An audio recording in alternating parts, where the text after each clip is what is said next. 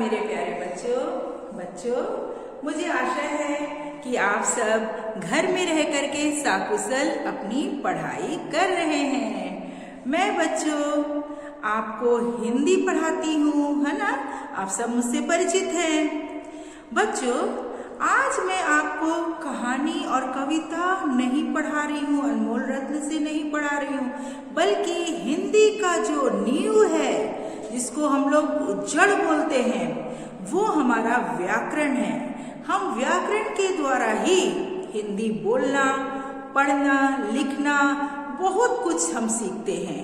हिंदी तो देखो बच्चों, कोई अंग्रेज भी बोलते हैं, लेकिन उनकी हिंदी में बहुत अशुद्धियां होती है, क्योंकि उनको शायद उन्हें सही रूप में व्याकरण का ज्ञान प्राप्त नहीं होता है। तो ये लड़का, जैसे बहुत कुछ है जो हम आगे पढ़ेंगे विस्तार से, लेकिन यह लड़का खेल रही है, जैसे मैंने बोला यह लड़का खेल रही है, ये हमारा व्याकरण अशुद्ध हो गया। लड़का पुल्लिंग है, इसलिए हम खेल रहा है। ये तो हम लिंग वगैरह जो वचन हम बाद में आपकी पढ़ाई होगी, लेकिन जो हमारा जड़ है, बेस है, हिंदी की जो शुरुआत होती है, वो सबसे पहले हम वर्णों के द्वारा करते हैं, वर्ण के द्वारा। तो बच्चों, वर्ण हमारे कितने हैं? 2 प्रकार के होते हैं। आप पूछेंगे वर्ण होता क्या है? वर्ण 2 प्रकार के होते हैं बच्चों। एक है, इसको मैंने देखिए चित्र यहाँ पर श्याम पट्ट पे इसको विभाजित भी किया है। एक है स्वर और दूसरा है व्यंजन। एक क्या है? स्वर है और दूसरा क्या है? व्यंजन है। ये हमारा स्वर है, जिसकी सहायता से हमारी मात्राएं निकलती हैं, और मात्राओं का प्रयोग करके हम शब्दों को बोलते हैं, हम शब्दों को लिखते हैं, और उन शब्दों के क्रमों से हमारा वाक्य बनता है। तो सबसे पहले बच्चों हमें स्वर को जानना है और व्यंजन को जानना है। स्वर हमारा कितना है? 11 है। हर्षई, जिसको हम लोग छोटी ही बोलते हैं, ये हर्षई, दीर्घई, हर्षऊ, छोटा ऊ, हर्षऊ, दीर्घऊ, छोटा ऊ बड़ा ऊ बोलते हैं ना, लेकिन इसको सही रूप में हम हर्षऊ, दीर्घऊ, री से ऋषि, ए, ओ, आओ। ये हमारा 1 2 3 4 5 6 7 8 9 10 11 स्वर हो गए। और बच्चों, केवल ये हम नहीं बोलेंगे, बल्कि इन स्वरों के माध्यम से क्या निकलता है? मात्राएं निकलती हैं। मात्राओं को मिला करके हम शब्दों को बनाते हैं, पढ़ते हैं, लिखते हैं। जैसे बच्चों, आ, छोटा आ जिसको हम लोग बोलते हैं अब, की कोई मात्रा नहीं है। अब बड़ा आम हो गया। हम लंबा बोल रहे हैं, खींच कर बोल रहे हैं। अब हमने बोल दिया, उसमें कोई मात्रा नहीं है। आम, है ना। तो आम बोलने में जब हम बड़ा आ को बोल रहे हैं, तो हम शब्द को खींच रहे हैं। आम, अब, जब, कल, कल, कोई मात्रा नहीं है। उसी तरह से हर्षई, दीर्घई, हर्षऊ, दीर्घऊ, माने कि छोटी ही जब हम बोलते हैं किरण, किरण। अब हमने यहाँ बोला किरण बोल दिया, अब हमने उसके बाद बोला पक्षी, उसमें हर्षई की जगह दीर्घई, पक्षी। तो देखिए, जब मेरे मुंह से वो स्वर लंबा जा रहा है, तो आपने समझ लिया दीर्घई लग रहा है। हर्षऊ, हर्षऊ में बच्चों आ गया आपका, जैसे पुस्तक, पुस्तक हमने बोला, पुस्तक बोला, पुस्तक जल्दी बोल दिया। अब हमने बोल दिया जैसे जूता, जूता, तो चूजा, चूजा जो चिड़िया के उसका मुर्गी के बच्चे होते हैं, उसको हम लोग चूजा बोलते हैं, चूजा, जूता। ये हर्षऊ, दीर्घऊ, ऋ से ऋषि, हाँ, ए, एस, ए,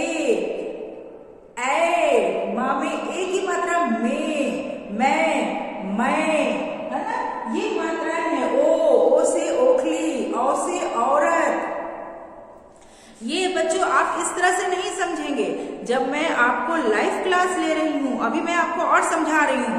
जैसे आ कोई मात्रा नहीं है, अब बड़ा आ जिसको हम बोलेंगे आम, चाल, काल, गाल, लाल, रंग का नाम लाल है, उसमें हमने कौन सा इस्तेमाल किया? आ, है ना? उच्चारण आपका घिंच रहा है। हर्षाई, दीर्घाई। हर्षाई में जैसे बच्चों हिरन, किरण, ये सब देखिए हम जल्दी बोल रहे हैं। अब दीर्घाई में आ गया पक्षी, पक्षी, नदी, है ना? ये है नदी, है ना?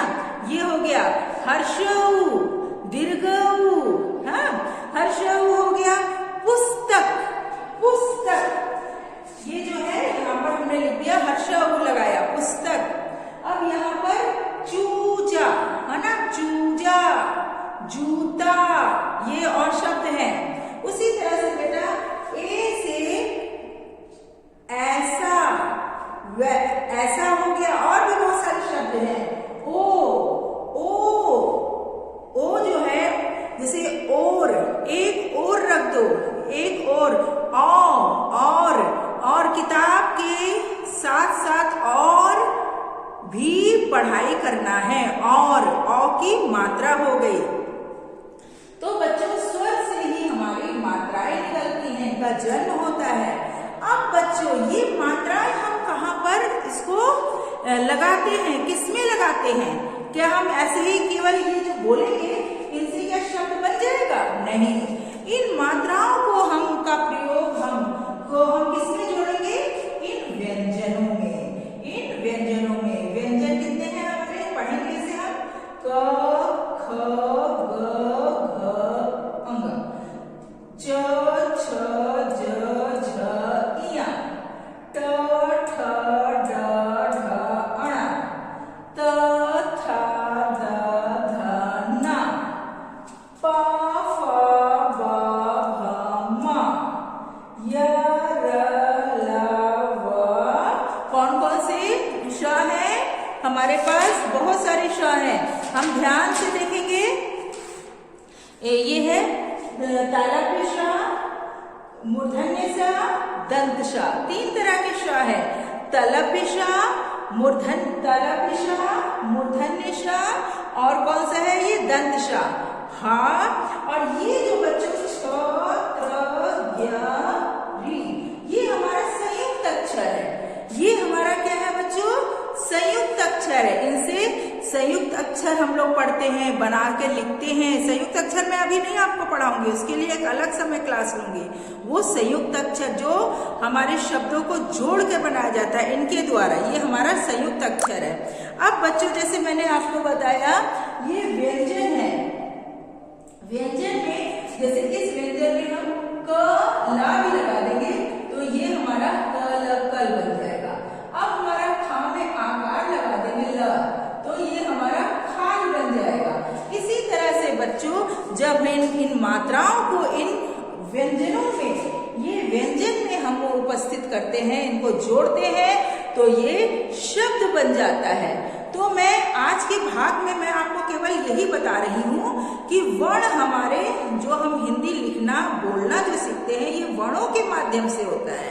हम ऐसे नहीं, वर्णों के माध्यम से बोलते हैं। और वर्ण हमारे दो तरह के होते हैं। वर्ण के जो आज मैं प्रकार बता रही हूँ वो दो हैं, एक है स्वर और दूसरा है व्यंजन। स्वर के द्वारा, स्वर के माध्यम से क्या निकलता है?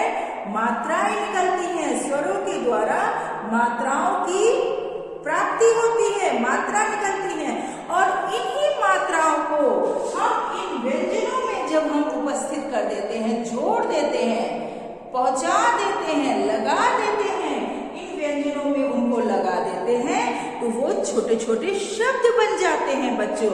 और शब्दों को जब हम कम से कम तीन शब्दों को, राम खाना खाता है, तो इन शब्दों में जब हमने रा में आकार, म राम हो गया, खा में आकार, ना में आकार खाना हो गया, राम खाना, खा में आकार, ता में आ खाता है।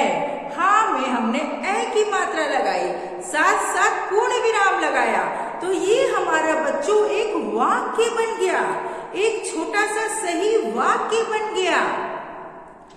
मैं पुस्तक पढ़ रहा हूँ। माँ में मैंने लगा दिया ए की मात्रा, मैं पुस्तक, पा में हमने लगा दिया हर्षव, पुस्तक, इस मात्रा को उपस्थित किया, पुस्तक, संयुक्त स। अभी संयुक्त स में हम नहीं जा रहे हैं, इसलिए बच्चों आज आपको बहुत ज्यादा नहीं प्राप्त होगा ज्ञान, वो हम दूसरे भाग में बताएंगे।